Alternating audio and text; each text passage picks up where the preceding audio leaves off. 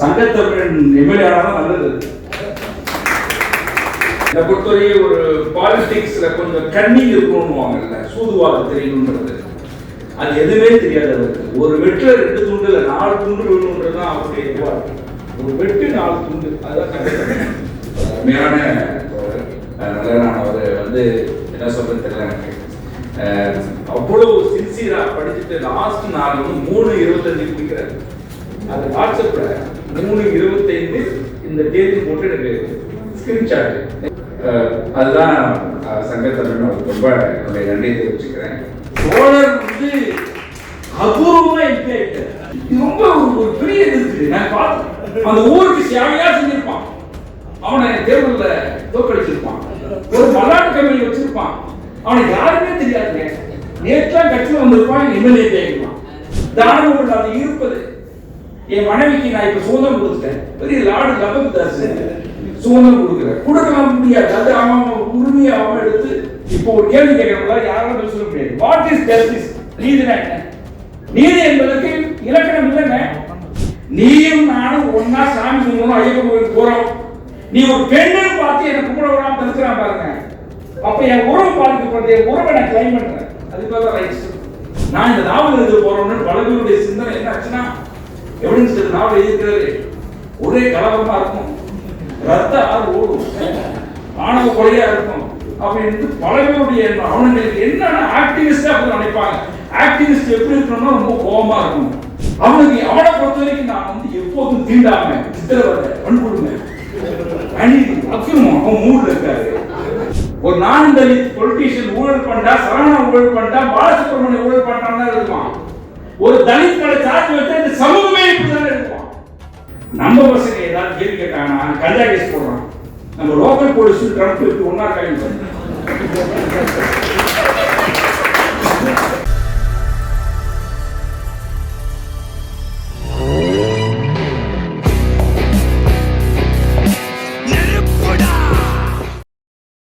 ரொம்ப பிடித்தமான ஒரு தோழர் அவரை சொல்லணும்னு நினைக்கிறேன். என்ன காரணம் அப்படின்னா, இந்த நாவல் குறித்து எனக்கு கிட்டத்தட்ட ஒரு 40 முறை அவர் பேசியிருப்பார். எப்ப பேசுவாங்க? காலையில 5:30 மணிக்கு. காலையில கால் பண்ணணும்னு, தலைவர் எனக்கு உழுக்க எடுத்தது தலைவர் அப்படின்வார். நீங்க படிக்கிறதுக்காக குறிப்பிட்டு பண்ணாதீங்க. ஒரு நல்ல பிள்ளை பேசும்போது படிக்காத குறிப்பிட்டு பண்ணுவாங்க. 5:30 மணிக்கு அழைத்து அவர் பேசுவார். ரொம்ப நெகிழ்ந்து பேசுவார். உள்ள எதுவுமே அவருக்கு வச்சுக்க மாட்டார். அவரு என்னை பொறுத்தவரை ஒரு பாலிடிக்ஸ்ல கொஞ்சம் கண்ணிங் இருக்கணும்வாங்கல்ல, சூதுவாதம் தெரியணும்ன்றது அது எதுவுமே தெரியாது அவருக்கு. ஒரு வெட்டுல 2 துண்டு இல்லை 4 துண்டு வேணும்ன்றதுதான் அவருடைய இதுவா இருக்கு. ஒரு வெட்டு 4 துண்டு, அதுதான் சங்கத்தமிழன். அதுல அந்த வெளிப்படுத்தனை அவர் ரொம்ப எனக்கு பிடிக்கும். அருமையான தோழர். அதனால நான் அவர் என்ன சொல்றது தெரியல எனக்கு. அவ்வளவு சின்சியரா படிச்சுட்டு லாஸ்ட் நாள் 3:25 முடிக்கிறார். அது வாட்ஸ்அப்ல 3:25 இந்த தேதி போட்டு எனக்கு ஸ்கிரீன்ஷாட். நைட் ஆழமா தூங்கிட்டு போதிட்டு பார்க்கலாம் மறக்க மாட்டேன். ஏன்னா அதுதான் சங்கத்தமிழன் ரொம்ப என்னுடைய நன்றியை தெரிவிச்சுக்கிறேன். அறிமுக உரையாற்றக்கூடிய மருதன் அவர்கள் எனக்கு இந்த வாய்ப்பை கொடுத்தாங்க. அவங்களுடைய பப்ளிகேஷன்ல உங்களுக்கு தெரியும், கிழக்கு பப்ளிகேஷன் ரொம்ப ஒரு ப்ரோக்ரெசிவான பப்ளிகேஷன்.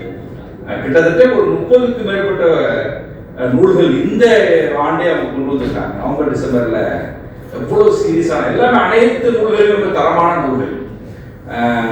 நான் எழுதுறேன்னு உடனே எனக்கு ஒரு சந்தேகம் இருந்துச்சு, இது முதல்ல நாவலா வருமா, சரி நம்ம ஒரு ஆக்டிவிஸ்ட் ஆச்சு என்ன சொல்றது அப்படின்னு சொல்லி அவர்கிட்ட போய் தயங்கி தான் சொன்னேன். அவரு நேராக மதுரைக்கு வந்து அதை வாங்கி கிட்டத்தட்ட அதை ரொம்ப உணர்வோடு அதை படிச்சு எடிட் பண்ணி அழகா கொண்டு வந்தாரு. அதனால தோழர் மதன் அவர்களுக்கு என்னுடைய சிறப்பு நன்றி. நான் ரொம்ப மதிக்கக்கூடிய ஒரு ஆளுமை யாருன்னா என்னுடைய அருமை சகோதரர் சசிகாந்த் செந்தில் அவர்கள். எனக்கு அவர் ரொம்ப சிறந்த ஒரு பார்லிமெண்டரி. அவருடைய உரை ரொம்ப நறுக்குன்னு இருக்கும், ரொம்ப ஆழமான உரையா இருக்கும், நறுக்குன்னு இருக்கும்.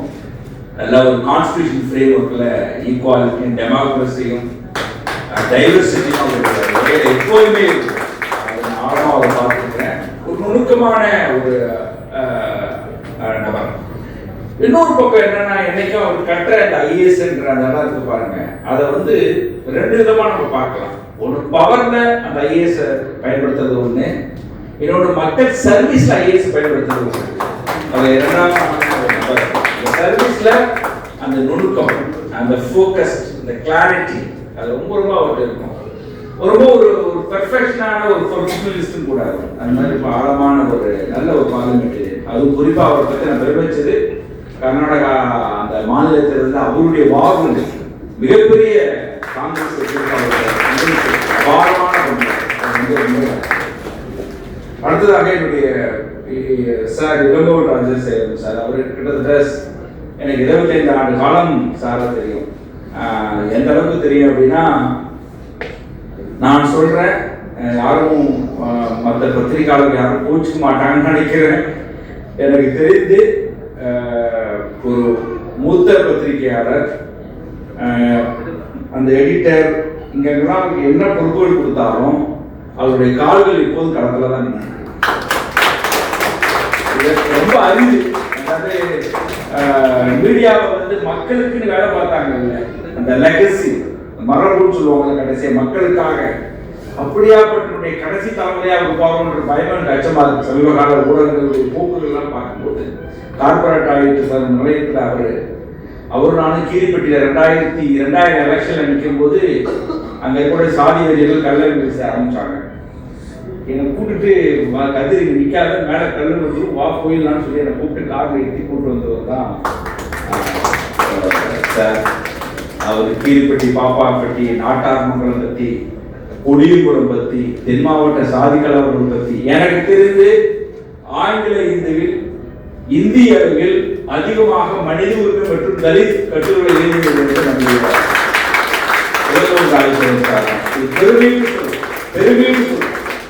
நம்ம ஏற்கனவே ஒரு அண்மையில ஒரு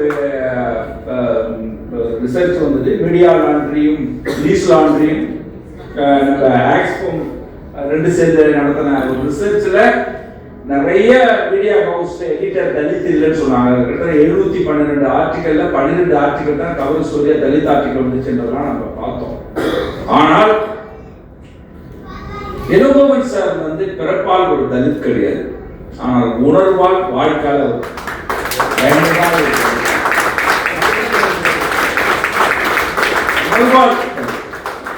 அது ஏன்னா எழுத்து முழுவதும் இருந்திருக்கு. இப்ப இருக்கிறவங்கலாம் அது சில பேர்லாம் டக்குன்னு சோசியல் மீடியால எழுதிடலாம்.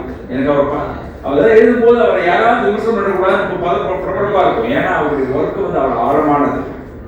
உங்களுக்கு தெரியும், அவர் ஃபர்ஸ்ட் கொடியகுளம் எவ்வளவு பெரிய 95ல ஆகஸ்ட் 31 கொடியகுளம் கலவரம், அவர் எழுதுறதுக்கான ஸ்பேஸ் வந்து இவர் தான் ஃபர்ஸ்ட் கொடுத்தாங்க. கரெக்ட் தானே சார்? ஒரு 10 வரை தான் இருக்கும். ஆனா அதுக்கப்புறம் உட்கார்ந்து எழுதி அவர் போகாத இடமே கிடையாதுங்க. திரௌபதி அம்மன் சேலம் இஷ்யூல இருந்து எழுதியிருக்கிறார். ஸோ ரொம்ப பெரிய அர்ப்பணிப்பு மிக்க பண்ணி நான் சாருக்கு வந்து வந்தது ரொம்ப பெருமையா பார்க்கிறேன். ஆனால் என் நாவல் அவர் ரொம்ப நாள் சாருடைய வீட்டிலையும் கேட்டிருக்காங்க, மேடம் கேட்டிருக்காங்க, என்னங்க இப்படி படிச்சு நான் பார்த்து இருக்காங்க. அந்த அளவுக்கு சீரியஸா ஒரு 3 நாளா உட்காந்து படிச்சுக்கிட்டே இருந்து சொன்னாரு. அது ரொம்ப அழகான ஒரு ரிவ்யூ இருந்தாரு. இன்னொன்று என் மேல ரொம்ப நலன் விரும்பி கூட இந்த கண்ணிங் இல்லாத மனிதர்கள் ரொம்ப அரிதுங்க. அப்படியாப்பட்ட மனுஷன் கண்ணிலே இருக்காது. அது ரொம்ப இந்த சமூகத்துல ரொம்ப அதை பார்க்கலாம். அடுத்தது கோபி நாயனார் தோழர், எனக்கு ரொம்ப பிடிச்ச தோழர். என்னன்னா ஒரு கட்டு போகாரு, கடுமையான அன்புக்காரர். நான் வந்து மதுரையில நிகழ்ச்சிக்கு அவர் கூப்பிடுறதுக்காக 2 மணி நேரம் சமாதானப்படுத்தினேன். 2 மணி நேரம் நிகழ்ச்சி 2 மணி நேரம் இருந்துச்சு. ஆனா நான் சமாதானப்படுத்துறது 2 மணி நேரம் அப்படிதான் தோணுது. எப்படி என்ன கூப்பிடுறேன் அப்படின்னு சொல்லி ஒரு என்ன சொல்ற போன் எடுக்க மாட்டேன்ட்டாரு. நான் கோச்சுக்கிட்டு இருக்கேன். எனக்கான இடம் எங்க, அதுதான் அது ஏன்னா அந்த உறவு, அந்த அன்பு, அந்த உரிமையோட சண்டை போட்டு எனக்கான இடம் அப்படி சண்டை போட்டு. அது மட்டும் இல்ல, இன்னைக்கு சினிமா கலைஞர்கள் சினிமாவோட இருப்பாங்க. ஆனா பூமியாரை பொறுத்த வரைக்கும் உனக்கு களமா சினிமானாக்க களந்தாட சினிமாவை ரொம்ப எதிர்சாரி அரசியல். அதே நிறைய ஒரு பெண்ணிய செயல்பாட்டாளர். அவருக்கு எவ்வளவு பெரிய ஒரு படைப்பை எழுதினா விமன் சொல்லிட்டு பிடிக்கும். அது மாதிரியான ஒரு நல்ல ஆழமான நபர், பிடித்த ஒரு நபர் கூட. அவர்கிட்ட நல்ல ஃப்ரெண்ட்லியா பேசலாம். அவங்க கூட ஒரு 5-6 பேர் இருப்பாங்க. இந்த பகலாபுரத்துல வருவாங்கல்ல, எங்கடா போறீங்க, நீங்க யாரா இருக்கீங்க, அதே மாதிரி ஒரு குரூப் வச்சிருப்பாங்க. ஏன் வாங்கி காலம் வந்து இருப்பாங்க. அந்த காருக்குள்ளேயே என்ன நடக்கும் நீங்க அந்த குரூப்ல நீங்க மாட்டிருக்கீங்க. அதை உங்களோட டச்ல இருப்பான்னு தெரியுது. அப்படியாப்பட்ட ரொம்ப ஒரு முக்கியமான நபர், தோற்க வேண்டிய ஒரு கணக்கில் வராது.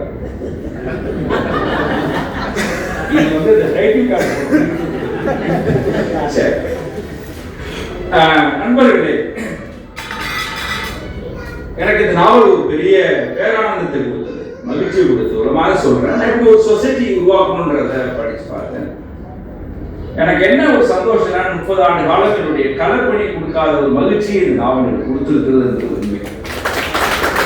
ஏன்னா இந்த நாவல் அவ்வளோ பேர் வாங்கிக்கிறாங்க, படிக்கிறாங்க, வாசிக்கிறாங்க. எனக்கு தெரிந்து தமிழ் புதினத்துக்கு அதிகமாக ரிவ்யூ இந்த நாவலாக தான் இருக்கும் நான் நம்புறேன். அது 2 மாதங்கள்ல கிட்டத்தட்ட 60 பேருக்கு மேலே எழுதியிருக்காங்க.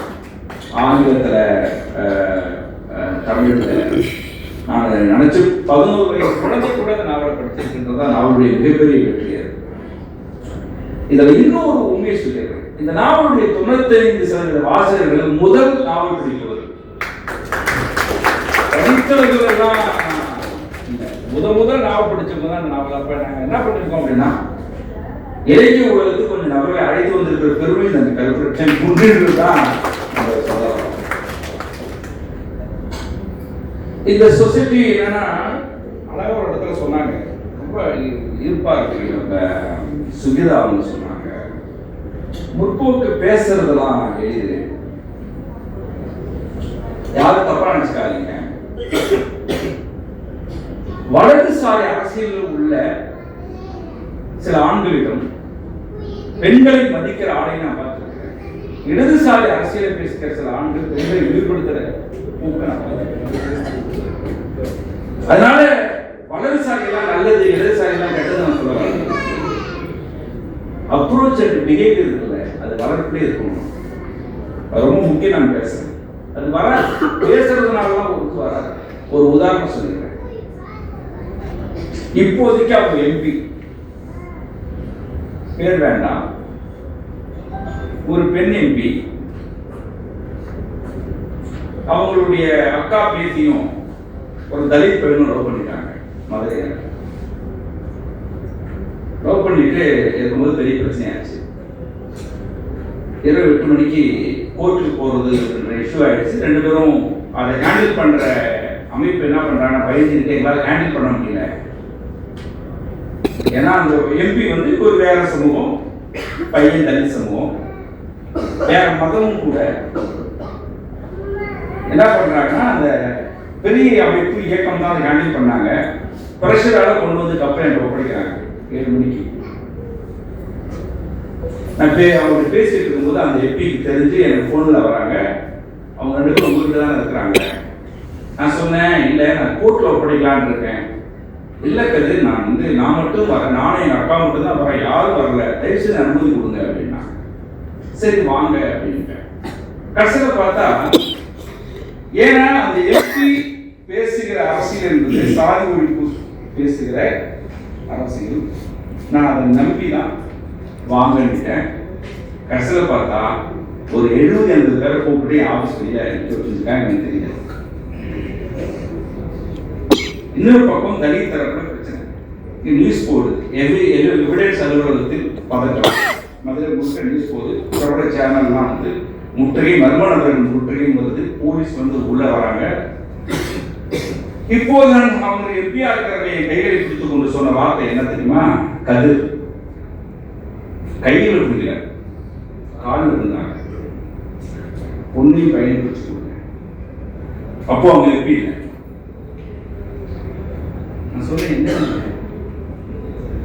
இப்படி சொல்றீங்க, நீங்க என்ன சொன்னீங்க, கோர்ட்ல தான் ஒப்படைக்கலாம், இல்லை அப்படின்னா நான் ஏமாந்து போனேன்.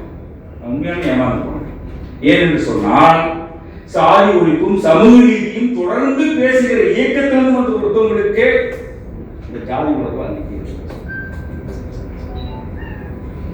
போயிட்டு பிரச்சனை ஆயிடுச்சு. போலீஸ் வந்துட்டாங்க, ரைடு, ஆபீஸ் போயிட்டு ஒரே பதட்டம்.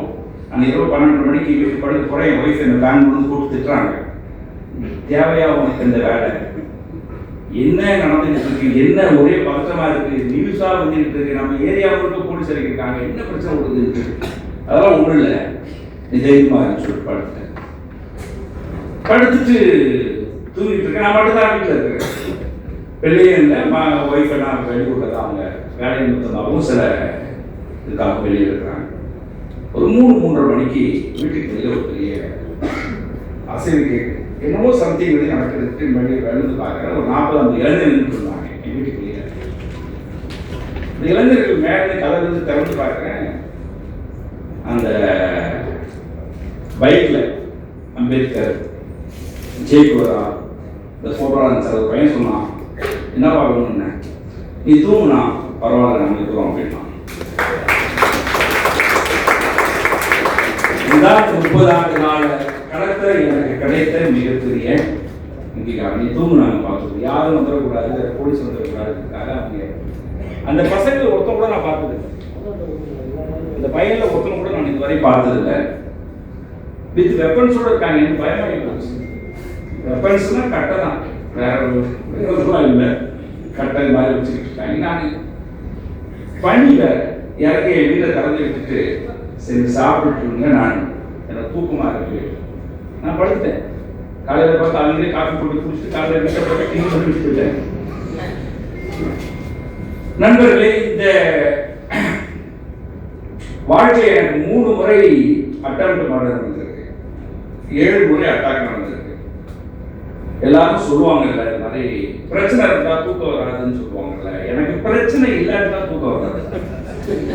இந்த நாட்டில் நம்ம ஒழுங்கா வேலை செய்யணும் அப்படின்ற ஒரு உறுத்தல் எனக்கு எப்பவே இருந்துகிட்டு தான் இருக்கும்.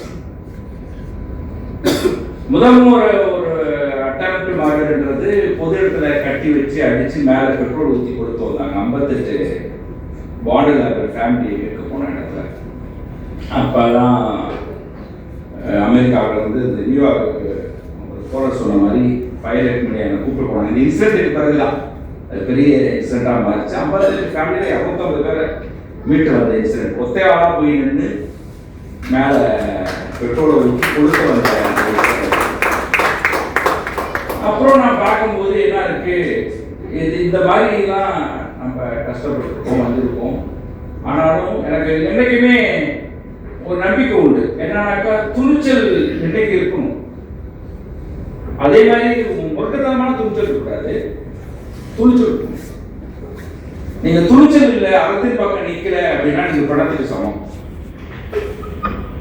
இந்த சமூகத்துல மிக மோசமான ஒரு கார்பரேட் அரசியல் இருந்துருக்கு. நீங்க நினைக்கிறீங்க, இப்ப ஒரு உதாரணம் சொல்றேன். என் நாவல் எதை பேசுது அப்படின்னா, ஏழ்மையை வந்து பணத்தை கொண்டு முடிக்க முடியுமா? ஏழ்மையை செல்வத்தை கொண்டு முடிக்க முடியுமா? ஏழ்மையை செல்வத்தை கொண்டு ஒழிக்க முடியுமா? ஒழிக்க முடியாது. உதாரணம் வந்து செல்வம் யார்கிட்ட இருக்கு? அதானி கிட்ட இருக்கு, அம்பானி கிட்ட இருக்கு. நம்முடைய மக்களுடைய பொருளாதாரம் இன்னைக்கு எவ்வளவு இருக்கு? UNDP ரிப்போர்ட் என்ன சொல்றது? 78% பேர் வந்து லர்மத்தோடு கீழே இருக்கிறாங்க. இன்டர்நேஷனல் ரிப்போர்ட் சொல்லுது. இன்டர்நேஷனல் ஃபுட் ரிசர்ச் இன்ஸ்டிடியூட் வெளியிட்ட ரிப்போர்ட்ல இந்தியா வந்து ஹங்கர் ரிப்போர்ட் அலார்மிங் ஸ்டேட்டா இருக்குன்றாங்க. அப்ப ஏழ்மையை எப்படி ஒழிக்க முடியும் அப்படின்னா செல்வத்தை கொண்டு ஒழிக்க முடியாது. செல்வ குவிப்பு என்பது ஏழ்மையை நிலைநிறுத்த வைக்கும். அது என்ன அதிகாரம் குவிப்பும், அதனால அதிகாரம் பரவலாக்க செய்யப்படும். பவர் ஹெல்ட் பை ஃபியூன்றது ஒரு சர்வாதிகார ஆட்சி. பவர் எழுவதற்காக தானம் அது இருப்பது. என் மனைவிக்கு நான் இப்ப சுதந்திரம் கொடுத்துட்டேன், பெரிய லாடு லபந்தாஸ் சுதந்திரம் கொடுக்கலாம் முடியாது. அது அவன் உரிமையை அவன் எடுத்து அனுபவிச்சுக்கிறது. அதுதான். அதனாலதான் வந்து ரைட்ஸை பத்தி பேசும்போது இப்போ ஒரு கேள்வி கேட்கறவங்களா யாராலும் சொல்ல முடியாது. What is justice? நீதினா என்ன? நீதி என்பதற்கு இலக்கணம் இல்லைங்க. உரிமை என்பதற்கு இலக்கணம் கிடையாது. நாம என்ன பண்ணிக்கிறோம் அதை புரிஞ்சு கொள்ள முடியுமே தவிர நீங்க ஒரு இதுதான் ஒரு ஃபிக்ஸ் பண்ணிட்டீங்கன்னா உங்களுடைய ஸ்பீக்கிங் வளராது. 30 ஆண்டுகளுக்கு முன்பு பேசுற ஹியூமன் ரைட்ஸ் இன்னைக்கு பேசுற ஹியூமன் ரைட்ஸ் வேற. ஹியூமன் ரைட்ஸ் ரொம்ப எளிமையா சொல்லணும்னா ஹியூமன் ரைட்ஸ் என்பது உறவு, அன்பு தான். நீயும் நானும் ஒன்னா சாமி கும்பிடணும், ஐயப்பன் கோயிலுக்கு போறோம். நீ ஒரு பெண்ணை பார்த்து என்ன கும்பிட விடாம தடுக்கிறான் பாருங்க, அப்ப என் உறவு பாதிக்கப்படுது, என் உறவை நான் கிளைம் பண்றேன். அது பேர் ரைட்ஸ். நீ நானும் ஒன்னா டீ குடிக்க போறோம், அங்க என்ன பழைய பண்ண சட்னியும் பார்த்து என்ன தண்ணி கூட கொடுக்குறான் பாருங்க. இல்லடா எனக்கு அவன மாதிரி கூட கொடுறான்னு கேட்கற பாருங்க. இந்த உறவை கேட்கற பாருங்க. அந்த உறவை கேட்பதுதான் ரைட்ஸ். நம்ம என்ன பண்ணிக்கிறோம், வெறும் பொலிட்டிக்கல் அப்படிதான் பார்க்கிறோம். நான் இந்த நாவல் எழுத போறோம்னு பல பேருடைய சிந்தனை என்ன ஆச்சுன்னா, எவிடன்ஸ் நாவல் எழுதுகிறது ஒரே கலவரமா இருக்கும், ரத்த ஆறு ஓடும், ஆணவ கொலையா இருக்கும் அப்படின்னு பல பேருடைய எண்ணம். அவனுங்களுக்கு என்னன்னா ஆக்டிவிஸ்டா அப்படி நினைப்பாங்க. ஆக்டிவிஸ்ட் எப்படி இருக்கணும்னா ரொம்ப கோபமா இருக்கணும், சிரிச்சிருக்கணும். ஒரு மாதிரி நான் ஏதாவது ஒரு இசையை பத்தி எழுதுனா ஒரு கவிதை எழுதுவான், என்ன நீங்க மியூசிக் பத்தி எழுதுறீங்க.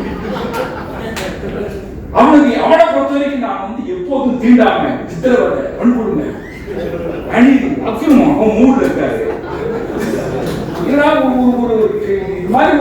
ஒரு இசை கேட்டா போச்சு, இசை கேட்கிறாரு. அண்ணன் முன்ன மாதிரி இல்ல, ஒரு பாட்டு போட்டு கேட்டு இருக்காரு. அப்ப அவர் நினைப்பு என்னவா இருக்கு, நான் கடைசி வர சரி அப்படிதான் கடைசி வர பாக்குறீங்க, என்ன எம்எல்ஏ போறோம் அது ஆக மாட்டேன். எங்களுக்கு தெரியும் உயர என்னன்னு படாது பாடுபட்டு ஐரோப் சைனா மூக்குக்குள்ள குழாயை விட்டு 17 ஆண்டு காலம் அங்க இருக்கிற மக்களுக்காக போராடினாங்க. 87 ஓட்டு போட்டாங்க. அதனால நாங்க ஆக்டிவிஸ்ட் எல்லாம் எம்எல்ஏ ஆக மாட்டோம், பயப்பட வேண்டாம். அதுக்கு வந்து நம்ம சங்கத்தமிழன் எம்எல்ஏ ஆனாதான் நல்லது. தோழர் வந்து அபூர்வமா எம்பி ஆயிட்டார். எப்படி எம்பி ஆனாலும் நம்ம ஊர்ல வந்து படிச்சு எம்பி ஆக மாட்டாங்க. இப்போ எம்பி ஆகணும் எனக்கு ஒரு பெரிய கணக்கா கலந்து இது ரொம்ப ஒரு பெரிய இது இருக்கு. நான் பார்த்தேன் அந்த ஊருக்கு சேவையா செஞ்சிருப்பான், அவனை தேர்தல்ல தோற்கடிச்சிருப்பான், ஒரு மல்லாட்டு கம்பெனி வச்சிருப்பான், அவனுக்கு யாருமே தெரியாதுங்க. நேற்று கட்சியில் வந்திருப்பான், எம்எல்ஏ ஆகிடுவான். இது யாரும் புரியுமா? அவனுக்கு பார்ட்டியை போடும் நடக்கும். இந்த நிலையை கூட தான் இருக்க போகுது தெரியல எனக்கு. ஆனால் அதை தாண்டி ஆக்டிவிஸ்டுக்கான ஒரு பெரிய சொத்து இருக்கு தெரியுமா? என்னோட சொத்து என்ன தெரியுமா? என்னோட சொத்து சொல்றேன் கேட்டுங்க. என் சொத்து வந்து என்ன தெரியுமா? எனக்கு ஒரு பிடி மண்ணு கூட இல்லைன்றதான் என் சொத்து. ஒரு பிடி மண்ணு கூட இல்லை என்பதுதான் சொத்து. அது இருந்தாலும் நீங்க வேலை செய்ய முடியும். அதனால தோழ சொல்ற மாதிரி அவன் நினைச்சுக்கிறான் தலித்தா இருக்கிறாங்க. எங்க ஆபீஸ்ல அப்படிதான் சொல்லுவான். எவிடன்ஸ் ஆபீஸை பார்த்தா தலித் ஆர்கனைசேஷன் மாதிரியே இல்லை,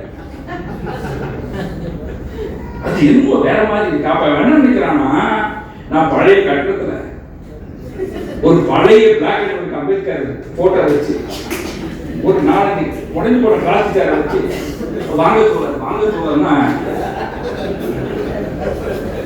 நான் கொஞ்சம் மாடனா இருந்தா இவரு பார்க்கறது தலித் மாதிரியே இல்லை. அது கவனமாக இருக்கிறேன்னா அவன் என்ன சொல்றா, இவர் பார்க்கறது தலித் மாதிரியே இல்லை. அவர் என்ன ஆளு கண்டுபிடிக்க அப்ப இன்னொரு பக்கம் ஓடிட்டு இருக்கோம். இப்படி ஒரு சமூகத்தில் ரொம்ப என்ன இதுக்கு கண்டுபிடிச்சு என்ன பண்ண போறீங்க? இந்த நாம் தமிழ் மட்டும் யூனிட் எடுக்க மாட்டான், எல்லா இடத்துலயும் யூனிட் எடுப்பாங்க. யூனிட் பிரிட்டிஷ் இருப்பாங்க. என்ன ஆளா இருப்பாரு, என்ன ஆளா இருப்பாரு, அது இப்படி பேசுறாரு. அப்ப அவனுக்கு என்ன பொது புத்தினா, பொது புத்தி என்ன நினைக்குது அப்படின்னா, எப்படி நீங்க வெள்ளையா இருக்கிற போய் சொல்ல மாட்டான்ற மாதிரி, மிக கொடுமான எல்லாம் நாட்டு மெட்ராஸ் தான் அந்த மாதிரி கருப்பா இருப்போம், குண்டா இருப்போம், நம்ம அப்படியே அப்பார்ட்மெண்ட்ல இருக்கிறோம்னா ஐயோ சாமி நீ ஒன்ன மாதிரி அங்கெல்லாம் பல பேர் கிரிமினல் இருப்பாங்க. நம்ம பொதுவத்தில் இருக்குல்ல, நார்த் மெட்ராஸ் இருந்து வரல எப்படி வில்லனை காட்டுவான், நார்த் மெட்ராஸ் காரனா இருப்பான். ஹீரோ எங்க இருப்பாரு, அவரு வேற ஒரு இடத்துல இருப்பாரு. இப்படி ஒரு ஸ்டீரியோ டைப் இருக்கு பாருங்க. அதுதான் நான் உடைச்சு பார்க்கிறேன். எனக்கு என்னன்னா, நீங்க ஏன் இப்படி பார்க்கிறேன்? ஒரு முதலியார் எப்படி இருப்பாங்க கண்ண மூடி கற்பனை பண்ணுங்க. சொத்து இருக்கும், கார் இருக்கும். அந்த பழைய படத்தெல்லாம் பாருங்க, வரும்போது சிவாஜி வரும்போது என்ன துளைவால் வருவாரு. நீங்க படங்கள்லாம் பார்த்துருக்கீங்க. அதுவே நீங்க கண்ண மூடி ஒரு பழைய எப்படி இருப்பாங்க உங்க புத்தியில பழையன்னு கண்ணு பண்ண மாதிரி. அவர் உள்ள கோட் போட்டிருப்பாரு, அவர் கார் வச்சிருப்பாரு அப்படின்னு யாராவது நினைச்சிருக்கீங்களா? இல்ல ஒரு சக்கிலியர் அப்படின்னு கண்ண மூடி நினைச்சு பார்க்கும்போது, உங்க சக்கிலியர் கண்ண மூடி நினைச்சு பார்க்கும்போது அவர் செருப்பு இருப்பாரு, பழைய ஒரு மோன அடிப்பாரு, இல்லன்னா கட்ட வார்த்தை பேசுவாங்க. நம்ம ஆளுநர் கட்ட வார்த்தை பேசுறது, காலை கூட இருக்கிறது, திட்டுறது, வன்மம், இது பேர் கேட்டாக்க தனித்து வைக்கும். இவன் பண்ற ஹராஸ்மெண்ட் எல்லாம் சமூகம் பண்ற சமூகத்தில் எழுதுறது. ஒரு நான் தலித் பொலிட்டீஷியன் ஊழல் பண்ணா, சரவணா ஊழல் பண்ணா, பாலசுப்ரமணியம் ஊழல் பண்ணா எழுதுவான். ஒரு தலித் மேல சார்ஜ் வச்சா இந்த சமூகமே இப்படிதான் எழுதுவான். எவ்வளவு பெரிய ஒரு கேடுகட்ட செயல் இருக்கா இல்லையா? எப்படி நீ காலைல வரும்போது சொன்னேன், நம்ம வண்டியில வரும்போது பண்டிகை பேசிட்டு வரும்போது சொன்னேன், அவன் பாருங்க ட்ரம்ப் என்ன வேலை பார்க்கறான். வெனிசுலா அதிபரை கைது பண்ணதுக்கு எண்ணெய் பிரச்சனை காரணம். எண்ணெய் பிரச்சனை கேஸ் நிக்காது. அதுக்காக என்ன பண்ணானா, இவன் போதை மருந்தை வந்து எங்க நாட்டுல கடத்துறான், உள்ள ஒரு நாட்டுல கைது பண்றான். அதே மாதிரிதான் நம்ம பசங்க ஏதாவது கேள்வி கேட்டாங்கன்னா கஞ்சா கேஸ் போடுறான். நம்ம லோக்கல் போலீஸ் ட்ரம்ப் இருக்கு ஒன்னா கைது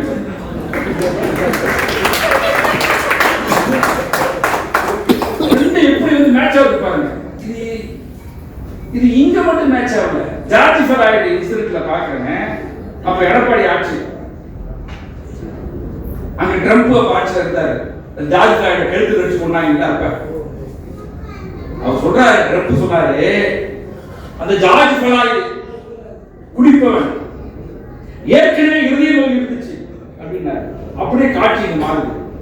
நம்ம ஊர்ல சாத்தான்குளத்துல 2 பேர் கொண்டாங்கல்ல, ஜெயராஜ் எடப்பாடி சொன்னாரு, அவங்க ஏற்கனவே மது அடித்து இருந்தார்கள், இருதய பிரச்சனை இருந்துச்சு. எடப்பாடி ட்ரம்ப் ஒண்ணு செஞ்சாங்க. இப்படி வெனிசுலால எப்படி மேட்ச் ஆகுது பாத்தீங்களா? அதுக்கு ஒரே மைண்ட் செட் தான். இதுல நிறைய இடங்கள்ல நான் பேசியிருக்கிறது என்னன்னா, கிறிஸ்துவ வந்து ரொம்ப அற்புதமான ஒரு இடங்க. இயேசு வந்து மிகப்பெரிய ஆக்டிவிஸ்ட். அவர் சாமியா இருக்காரு, அவர் போராடி, அதனால அடிச்சு கொண்டது. போராடியா வாழ்றது ரொம்ப கஷ்டம். ஒரு வாட்டி மகன் சின்ன வயசுல இருக்கும்போது, என்னப்பா இயேசு ஏன் ரத்தம் வருதுன்னாரு. அவரு பெரிய ஆக்டிவிஸ்ட்பா அப்படின்னு. அப்ப கடைசியில் உங்களுக்கு அப்படிதான் நடக்கும் அப்படின்னு கேட்டு அவர் என்ன பண்ணாரு, புரட்சி பண்ணாரு, இன்ஜஸ்டிஸ் எதிர்த்து கேட்டாரு, ஜெண்டர் பத்தி பேசினார். உங்கள பாவம் செய்யாம இருக்க யார் அவன் கல்யாணம் பண்ணினாரு. செக்ஸுவல் கர்மம் எல்லாம் கல்யாணம் பண்ணும்போது உங்கள யாரும் பாவம் செய்யாம இருக்கான் கல்யாணம் பண்ணினாரு. அவர்களுக்கு நம்ம சொல்றாரு. உயர்ந்தபட்ச நான் பார்த்தது என்னன்னா, ஒரு இன்சிடென்ட்ல ஒரு 13 வயசு குழந்தை ரேப் இன்சிடென்ட் போன சம்பவத்துல சொன்ன அந்த இன்சிடென்ட் பத்தி பேச விரும்பல. தண்டனை வாங்கி கொடுத்தோம். அவர் டாக்டர், இப்ப டாக்டர் ஆயிட்டான். செஷன் கோர்ட்ல குற்றவாளி தண்டனை கிடைச்சிருச்சு. ஹை கோர்ட்லயும் அவன் அப்பீல் போறாங்க, ஹை கோர்ட்லயும் தண்டனை உறுதிப்படுத்திட்டாங்க. அடுத்து சுப்ரீம் கோர்ட் போறாங்க. நான் அந்த பொண்ணுகிட்ட போய் கைட்டு போடுன்னு கேட்கிறேன். கேட்கறா, எதுக்குப்பா என்னப்பா? சுப்ரீம் கோர்ட் அங்க அப்பீல் போறாங்க, நம்ம போகணும்ல, கைட்டு போடு. வேண்டாம். நான் கேட்டேன், எதுக்கு வேண்டான்ற? கொடூரமான ஒரு கேங்ஸ்டர். செஷன் கோர்ட் நம்ம ஜெயிச்சிட்டோம், ஹைகோர்ட்ல ஜெயிச்சிட்டோம். சொன்னால அந்த சம்பவத்துக்கு பிறகு நான் டாக்டர் ஆகிட்டேன். அதை தாங்கி மேல வந்துட்டேன். இன்னைக்கு அந்த 3 பேர் குடும்பம் இன்னைக்கு பரதேசியா இருக்காங்க. கோர்ட்ல சொத்தை வந்துட்டாங்க, பரதேசியா இருக்கிறாங்க. இப்ப அவனுக்கு தண்டனை கொடுக்கறதை விட நாம மன்னிச்சு விடுறோம் பாருங்க, அதுதான் மிகப்பெரிய ஜஸ்டிஸா எனக்கு தெரியுது.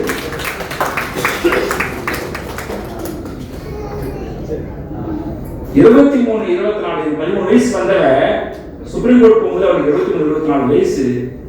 அந்த 23, 24 வயசு கொண்டுட்டு நான் கற்றுக்கிட்டது எவ்வளவு பிரமாதமான ஒரு ஸ்டேட்மெண்ட் அது. போதும், மேல போதும், மன்னிச்சு விட்டுறோம். மன்னிக்கிறது ஜஸ்டிஸ் சொல்லி கொடுத்தாங்க. மன்னிக்கிறது ஜஸ்டிஸ் சொல்லி கொடுத்தாங்க. நம்ம லோரா வந்திருக்காங்க. லோரா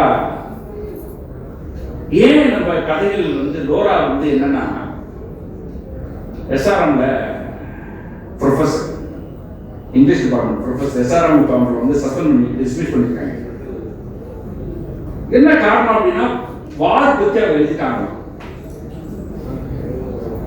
வார் பத்தி எழுதுனால இந்திய இறையாண்மைக்கு எதிரானது. அவங்க என்ன சொன்னாங்க, வார் என்பது பல குழந்தைகள் கொல்லப்படுது, பல பேர் செத்து போறாங்க. வார் மிகப்பெரிய பிக்கஸ்ட் கிரைம். அது கூடாதுன்னு சொன்னதுக்காக நீ இந்திய இறையாண்மைக்கு எதிராக பேசுற அப்படின்னா, மோடி சொன்னது ட்ரம்ப் சொன்ன மட்டும் வாழை சுட்டுனா அப்ப இறையாண்மை என்ன போச்சு உனக்கு? அதனால சொல்ல வரேன், இந்தியாவில் சுப்ரீம் கோர்ட்ல வாழ முடியல, ட்ரம்ப் கிட்ட போயிருக்கேன் அவன் சொன்னாலும் பயப்படுறாங்க. அந்த மாதிரிதான். ஆனால் லோரா சஸ்பெண்ட் பண்ணி எதனாலும் கூட, நான் லோரா கிட்ட நெஞ்செல்லாம் போயிட்டு இருக்கும்போது சொல்றாங்க, லோரா சொன்ன விஷயம் என்னன்னா, 15 ஆண்டு காலமாக அவங்க இங்கிலீஷ் ப்ரொஃபசர், பிஹெச்டி எல்லாம் இருக்கு, நல்ல சம்பளம். ஆனா அவங்க சொல்றாங்க, என்ன லோரா அப்படி ஆகி போச்சு அப்படின்னா, இல்ல என்ன ஆனாலும் சரி நீதி ஜெயிக்கணும், ஜஸ்டிஸ் இருக்கணும், அதனால நான் பிரிவாக மாட்டேன். அவர்கள் என் வேலையை எடுக்க முடியும், என் பொருளாதார சூரிய ஆட முடியும், என் கருத்தை அவங்களால எடுக்க முடியாது. லோரா தலித் பொண்ணு கத்துக்கிட்டு தான். ஏன் இது சொல்றேன் அப்படின்னா, லயோலா காலேஜில் லோரா போன்ற ப்ரொஃபஸரை எடுத்துக்கணும். அதான் மனைவிமா வைக்கிற தந்து வெறும் ஃபாதர் உங்களுக்கு ரெக்கமெண்டேஷன் பரிந்துரை வைக்கிறோம். இது ஏதோ ஒரு சொல்லிக்கிட்டு இதான் வைக்க முடியும். நம்ம எம்பி இருக்கிறாரு, இந்த பார்லிமெண்ட்ல பேசணும், எழுதணும், சார் ஃப்ரண்ட் லைன்ல ஒரு பெரிய ஆர்டிக்கல் எழுதணும், பிசிக்கு ஒரு கண்டன போட்டு நடத்தணும், லோராவுடைய புக்கை பதிப்பகமா கிழக்குல போடணும். இதுதானே தனி நம்ம பெருசு பெருசா கொண்டாடுறோம்ல. என்ன பொறுத்தவரை அங்க போராடினாங்க இல்ல, இதுல பாகிஸ்தான்ல அந்த பொண்ணு பார்ல, அதுக்கு சட்டும் குறைவில்லாத தகுதி பெற்றவர் தான் சொல்லுவாங்க. ஏன் இதுதான் என் நாவல் பேசுது, வேற ஒண்ணும் இல்ல. இதான் என் நாவல் பேசுது. 90,000 ஒரு லட்சம் சம்பளத்தை விட்டுட்டு எதுக்காக நிக்கணும்? மன்னிப்பு கடிதம் கேளுன்றாங்க. மன்னிப்பு கடிதம் கொடுத்தவங்க வேலைக்கு போயிருக்க முடியும். ஆனால் இந்த இஷ்யூ தான் திராவிட இயக்கம் எடுத்திருக்க வேண்டும். எடுத்திருக்க வேண்டும்.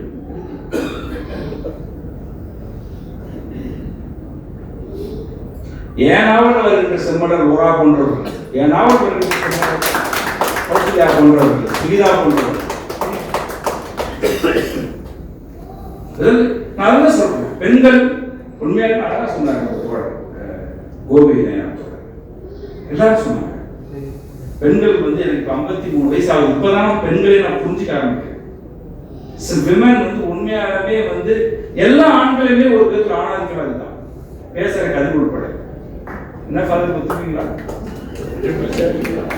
எல்லாத்துக்குமே ஆணாதிக்கம் இருக்கு, நம்ம இல்லைன்னு சொல்ல முடியாது. என்ன சைலண்டா உட்கார்ந்து முடியாது இருக்கு, நமக்குள்ள ஆழமான ஆணாதிக்கம் இருக்கு, குற்றவுணர்வு.